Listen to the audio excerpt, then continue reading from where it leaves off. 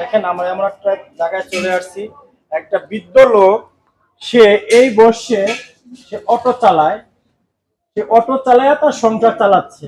দেখেন তার অবস্থা, তার অবস্থাটা দেখেন, তার কি অবস্থা। সে এই বয়সে সে অটো চালায়, আপনারা না দেখলে বুঝতে পারবেন না।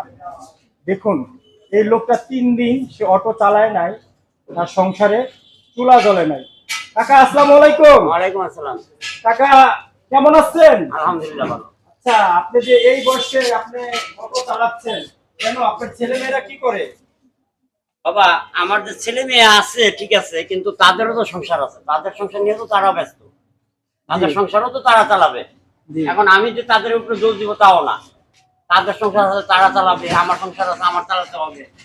আমার ছেলে মেয়ে আছে, আরো ছোট ছোট আছে, বউ আছে, হ্যাঁ তাদেরকে তো চালাতে হবে। এই যে 3টা দিন ধরে যে আমার ঘরে